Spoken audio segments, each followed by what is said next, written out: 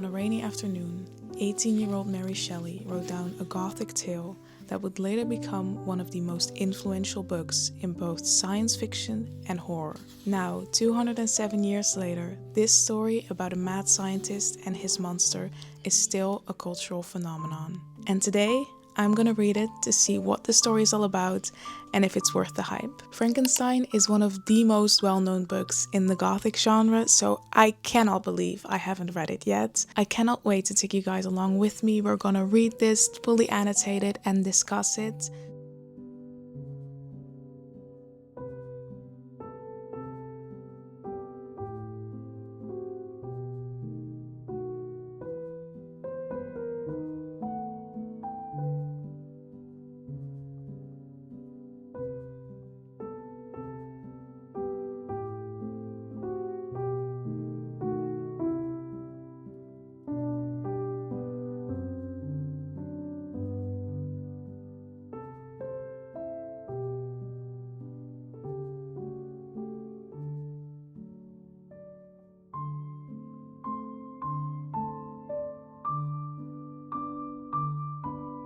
I am now at chapter 5 and I really need to talk to you about what has been happening in the story. The writing has been so beautiful. Mary Shelley really has a way with words, and how she talks about nature is just gorgeous. I cannot get enough of it.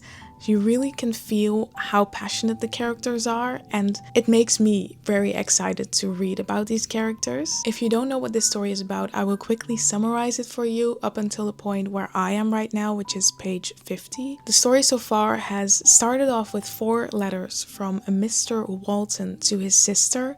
Mr. Walton is very curious about the world and he travels to learn more about nature.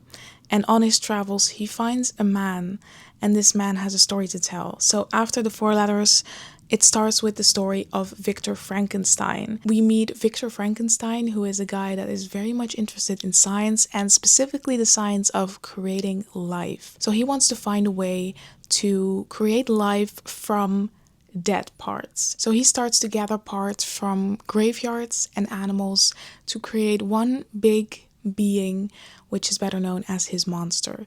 But when his monster comes to life, his whole fantasy and science crumbles down because he's so disgusted by what he has created. So that is everything that has happened in the first 50 pages.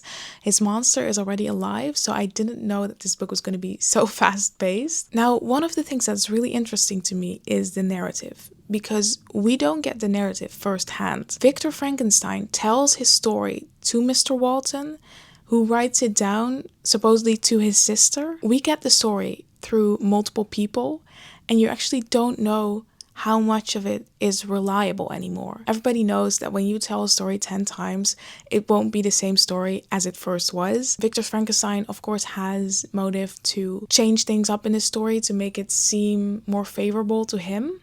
So we don't know what's really happened. The narrator does remind us at multiple points in the book that we're reading a story from someone and it's not something we're experiencing firsthand in the moment. So that feels really interesting to me. I think that narration is really important to the story. But there are multiple things that are really interesting to me. I've been annotating a lot. Some of these pages are completely filled with my notes because there's just so many things to go at and think about. There are just some lines that are so interesting. To give you an example, there's this one line which I've highlighted where Victor Frankenstein has this kind of light bulb moment where he realizes how he's gonna bring life to this monster. It's literally like a light bulb moment. There is this light that he sees. But Mary Shelley writes this: "Until from the midst of this darkness a sudden light broke in upon me. A light so brilliant and wondrous, yet so simple, that while I became dizzy with the immensity of the prospect which it illustrated." And this was really interesting to me because she uses this kind of light bulb idea to signal that he's had a breakthrough, an idea. But the light is not only illuminating what he has thought, but also blinding him to the morality and the dangers of what he's doing. That's really interesting. There are so many things like that where she shows some kind of parallel or two sides of the coin. We also see that with the professor. He meets up with two professors, one of which is very against his idea and the other is very much in support of his idea. So there's constantly these parallels. So that's very interesting. Victor Frankenstein is very much interested in the science of creating life. When I think of the creation of life, I think of women and pregnancy and not death. But when Victor Frankenstein wants to learn more about life creation, he doesn't go to women, he goes to graveyards to look at dead people. It's perfectly said in the famous quote that is actually also on the back of this book. It says, "To examine the causes of life, we must first have recourse to death." Even though this book is about the creation of life, the women have actually been non-existent. The only female characters that we have seen have been very passive, and they've only had the role of silent wife, silent mother. They haven't been doing anything. And I'm not sure if this is because of the narration. As I said, the narration is done by two men. So it might be that these two men have that image of woman, of the silent wife, and that's why they have been so absent. But it seems like when you're talking about the creation of life, women are an essential part in that. So it's interesting to me that Mary Shelley, a woman, chose to exclude women like that, but I'm not sure if they're gonna appear more in the rest of the book. So I've actually seen many parallels between Victor's creation of life and childbirth. He says, "After days and nights of incredible labor and fatigue, I succeeded in discovering the cause of generation and life. Nay, more, I became myself capable of bestowing animation upon lifeless matter." After so much time spent in painful labor, it just really feels like she exactly meant to draw this parallel between scientific creation of life and childbirth, because labor of course means work, but it also means childbirth, and I think it's no coincidence that she uses that exact word to describe what he's doing. Now, once I saw that one parallel, I couldn't stop seeing it in all the rest of the pages.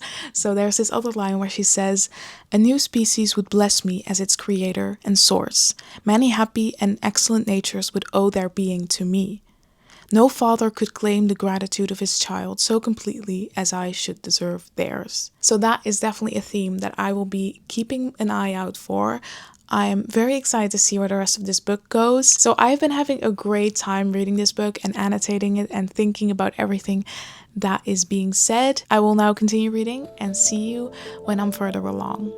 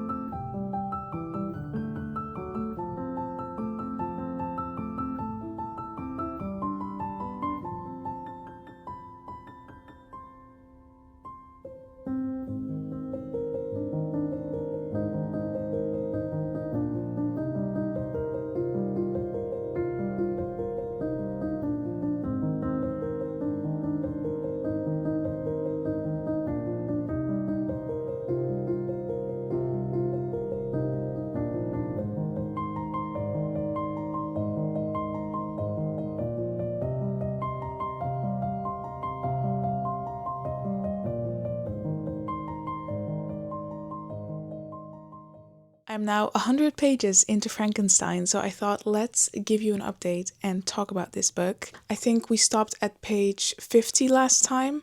I'm now at page 100, so I think it's a good idea to keep updating every 50 pages because a lot of things are happening. As you can see, I have annotated so much. There are a lot of pages that are completely filled with my writing.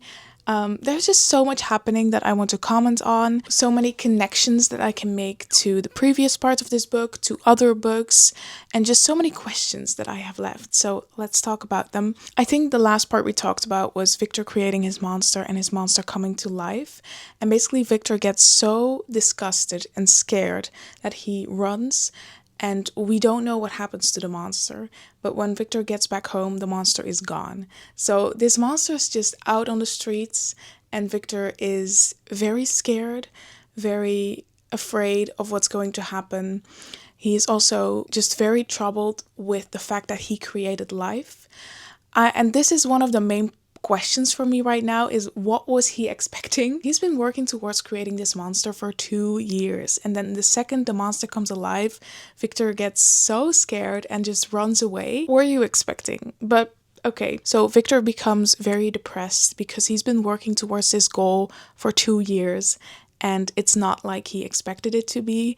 He becomes very disgusted with what he has created and very afraid of what the monster will do.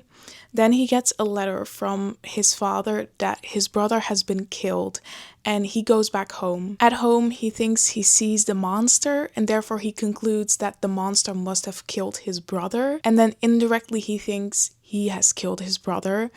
Someone else, though, gets prosecuted for the murder. We don't know whether they're actually innocent, whether the monster has killed his brother or not, but Victor now thinks he is indirectly the cause of 2 deaths in his family, and therefore becomes even more depressed. Yeah, the parts of him being at home and kind of the trial of this murder were not that interesting. I have written down hardly anything, but there are a few lines that I underlined which were so beautiful. Specifically, her writing about nature is one of the most beautiful things I have ever read in my life. Mary Shelley often compares nature to emotions, and that was one of the things that I want to keep track of in the book.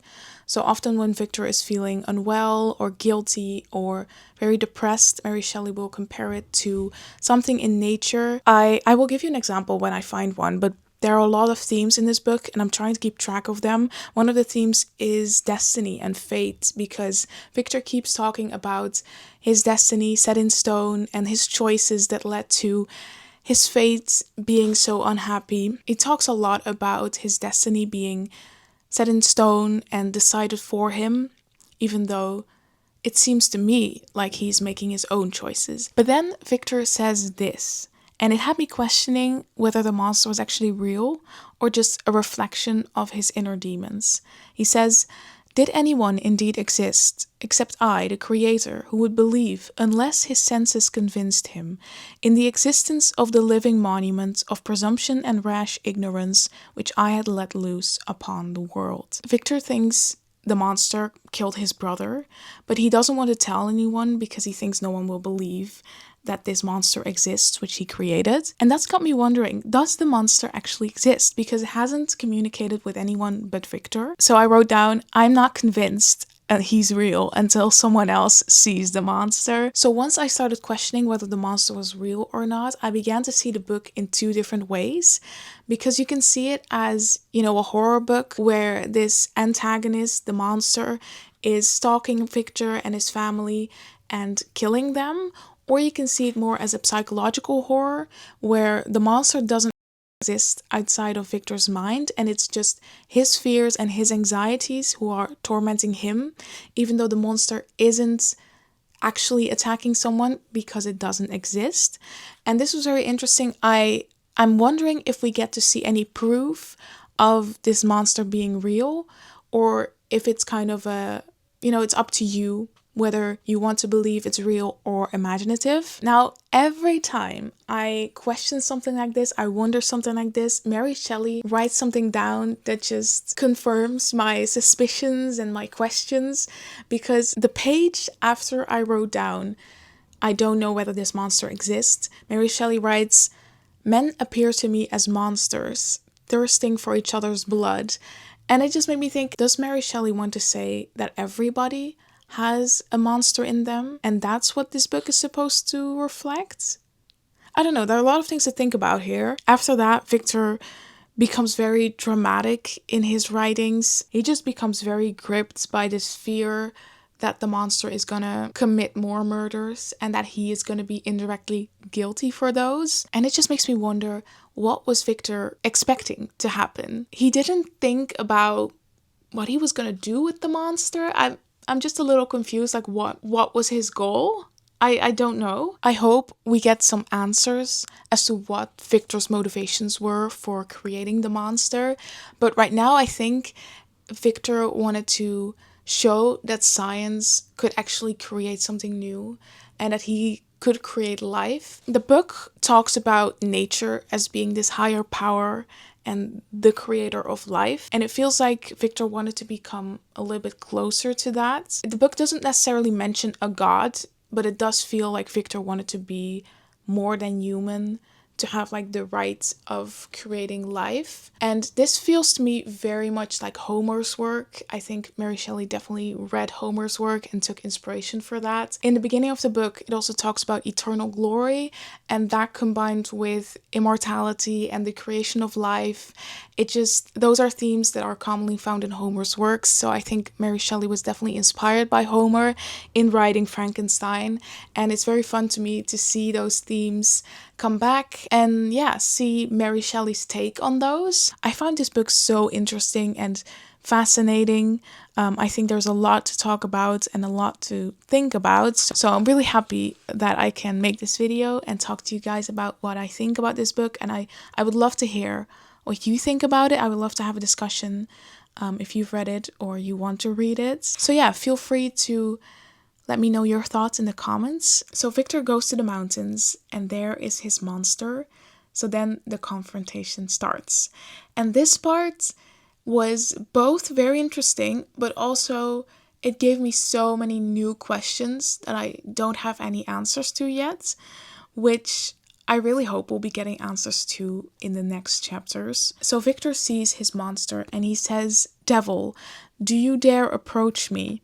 Begone, vile insect, or rather stay, that I may trample you to dust." So you can tell what I meant with kind of the dramatic writing of Victor. The monster all of a sudden can talk. He didn't do that before. I don't know where he learned to talk. So just to give you the short version of the confrontation, Victor wants the monster dead. He basically says, "I have created you, so I will be the one to kill you," even though the monster is, twice his size, twice his strength. Victor, again, has not thought this through and he cannot really kill the monster. And the monster talks back and he says basically, "You owe me.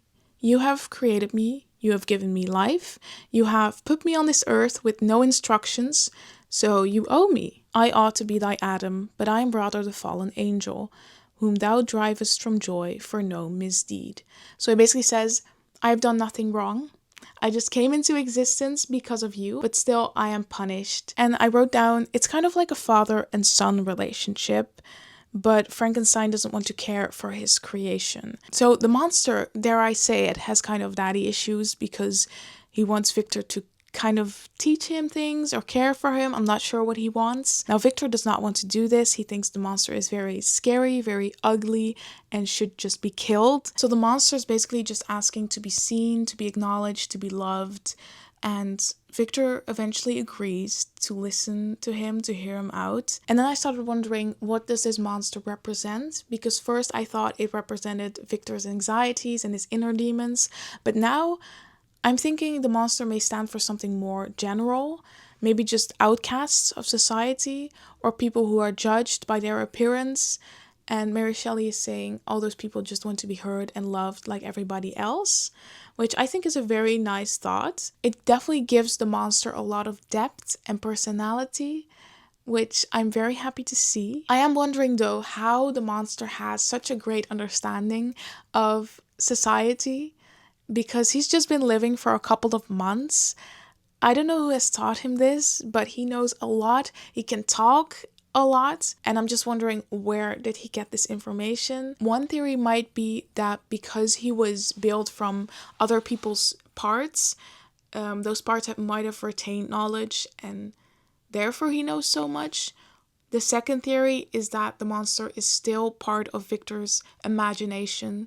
So the monster can still know anything, do anything, because he's only in Victor's mind and he's not real. So let me know what you think of those theories, or maybe if you have a third one. It makes me very impressed with the book because it has so many layers and there's so many ways you can think about it and approach just one sentence and one paragraph. Then another interesting thing is, I talked to you before about how fate and destiny are very big themes in this book. Victor is constantly talking about how his fate is sealed, his destiny is already decided for him, and he is destined to be miserable. But then, for the first time, the monster says to him, "On you it rests. Whether I quit forever the neighborhood of man and lead a harmless life, or become the scourge of your fellow creatures and the author of your own speedy ruin. The monster is actually the person who says to Victor, it's your choice, instead of this idea that Victor has that it's, predestined to be this way, which I found very interesting. Again, it makes me wonder, how does the monster have all this knowledge? Maybe we'll get some answers, because right now the monster will start his story, but right now it's still a big question how this is possible. So this is where I stopped reading. It's the end of chapter 10. On the next page, chapter 11 will start, and we get to hear the monster story. So then again, something very interesting happens with the narrative. I've said to you before, I think the narrative is very interesting. We get the story through multiple people, and now we actually add another layer to the story, because now we get the monster story told to Victor, told to Walton, told to us. So we get kind of the fourth hand perspective of what happens, which makes it more interesting, but also less reliable, because anyone can change the story as they tell it to the next person. All those questions aside, for now, I'm really loving the book. I hope we get some answers in the next part. I think I'll update you again in 50 pages, so I will see you when I've read until page 150.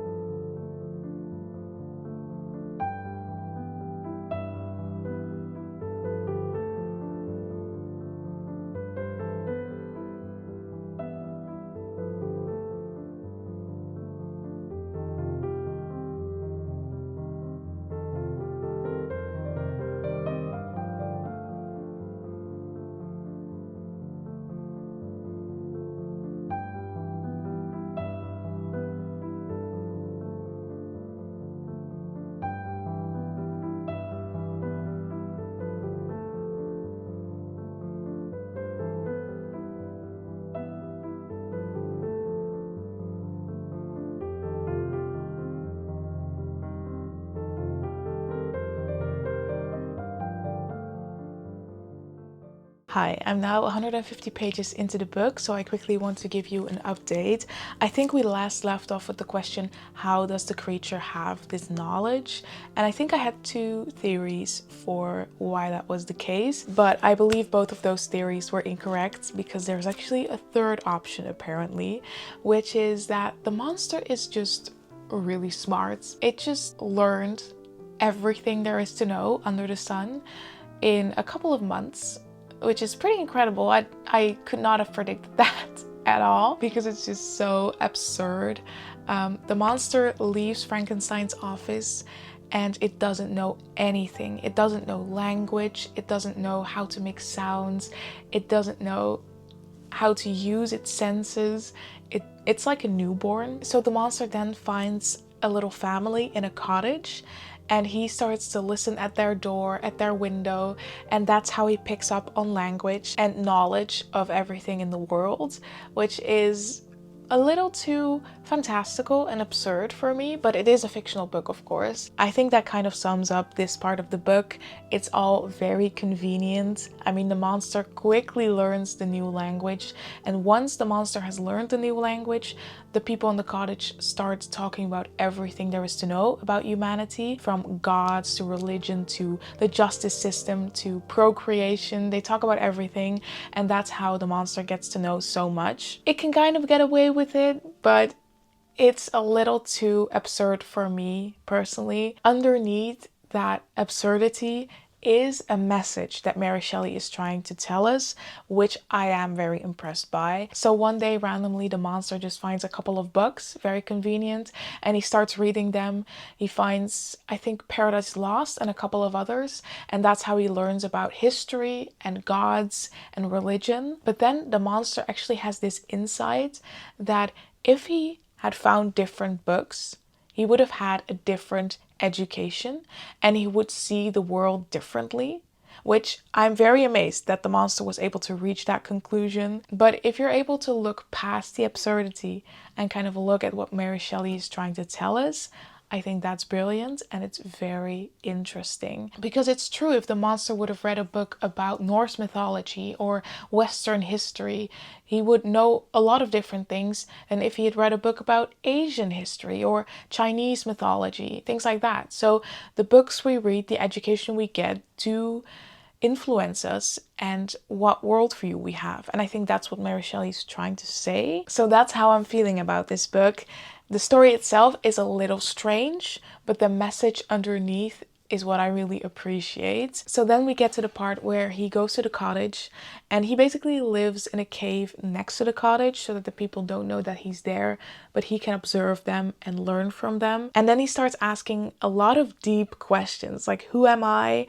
Am I the same as men? Do I have like the same rights? Kind of becomes a philosopher, which I was very impressed at that point, but also a little like, okay, you know? He's very afraid of actually interacting with the people. So the monster is really lonely and he really just wants that human connection. But he knows that as soon as people see him, his appearance will trigger their fight or flight. So he can never really connect with them because they will be so afraid of what he looks like. He's also just very upset with Victor Frankenstein, and he's very angry at him for creating him and then abandoning him. So those are just themes that repeat themselves a lot in this book, especially in this part. I feel like I had a lot more to say last time. So then we get back to the confrontation between the monster and Victor Frankenstein, and the monster asks Victor to create another monster so that he cannot be lonely anymore, preferably a woman, so he can have a companion that is not afraid of his appearance. And he specifically asks for her to be ugly as well. And I actually really appreciate this because in a lot of stories you have this Beauty and the Beast theme where the man is very ugly and his worth comes from the inside, and the woman is able to look past his exterior, and the woman herself has to be very beautiful and her appearance is where her worth lies. So I really appreciate that this is not taking that turn. It's kind of a theme that has been beaten to death, and I appreciate seeing something else here. So that's where I'm currently at. There are 230 pages in this book, so I think I'm gonna finish it now. So I will see you when I finished it. I will give you my last thoughts and my rating for the book.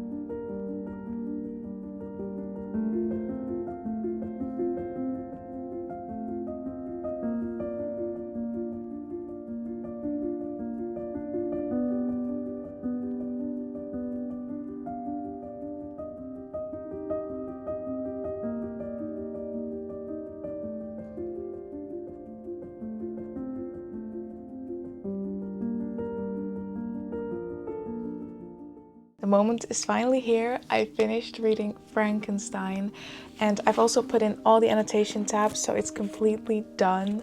I'm so happy that I read this book. It's such an interesting read, and it's still so relevant and interesting today, even though it's been written over 200 years ago. I mean, there's so many themes and discussions in this book that we can still have today, and they still apply to this day and age. As I said, I cannot believe it's taken me so long to read, but I'm very happy that I've read it right now. The last thing I told you about was that the monster wanted Frankenstein to create him a female companion who was equally as ugly as him, so that she would not judge him and he would have someone to share his loneliness with. There were definitely a lot of parallels and resemblances between Victor and the monster. There were so many times where Victor was lonely, miserable, depressed, and then a companion, a friend, or his father would come along and they would raise his spirits and make him happy again. And I guess this is what the monster saw or wanted as well. And that's why he asked Victor to create him a companion, another monster. And Victor initially agrees because he sees how sad the monster is. But then comes the ethical question, should he make a second monster? And what if that monster doesn't react the same way as this monster does? This monster promised not to hurt anyone if he got a companion, but who was to say that second monster would agree to that as well? So eventually, after a long time, a lot of pages, Victor decides against creating the second monster. And the monster does not take that very well, as you can imagine, because he's now doomed to eternal life without a companion. He threatens him by saying, "I will see you at your wedding night," which is a threat because Victor is supposed to marry Elizabeth. One of the big issues that I have with Victor is that he does not think. He does not think enough about any of his actions, any of the consequences. One of the other parallels that I see between Victor and the monster is that they both think of themselves as the center of the universe. They both think themselves so important. And if they are miserable, then the whole world is messed up and their happiness should be, the only goal in life. And you see this with Victor because he, of course, wants to create life.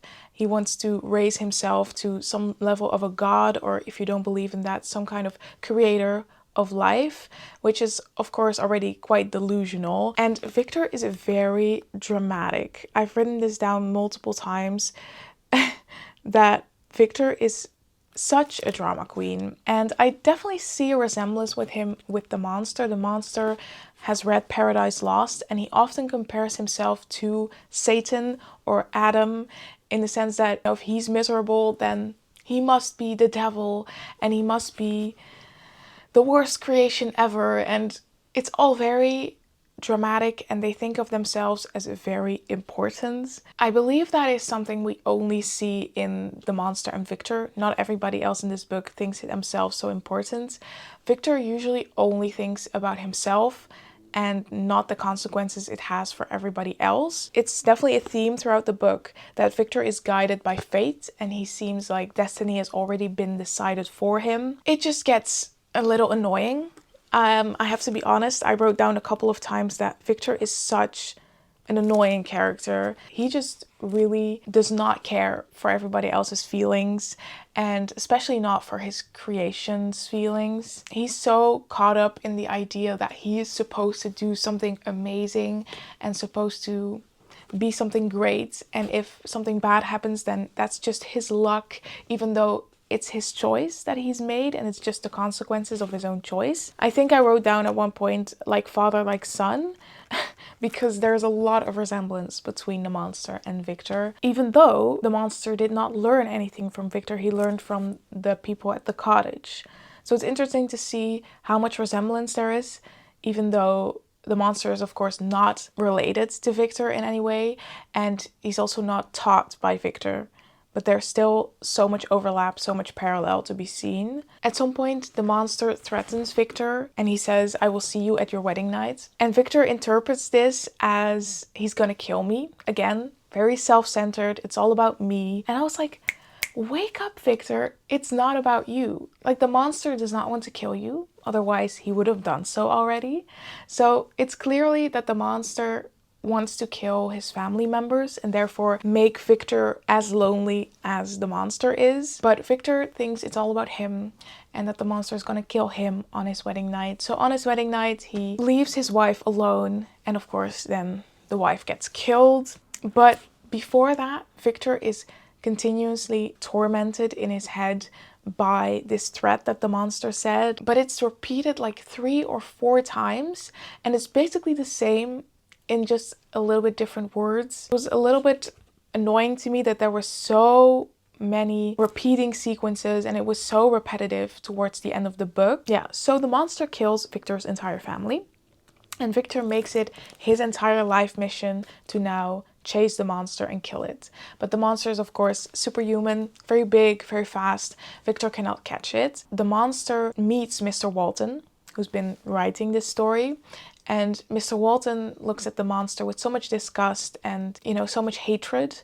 And the monster says, well, you've heard the story from Frankenstein, from Victor, not from me. So maybe if you've heard the story through me, you would have thought about me differently. You would have maybe seen me as more of a human or more miserable than Victor described me to be, if that makes sense. I'm making things very complicated, but basically Mary Shelley was very aware that the story is being told through multiple people.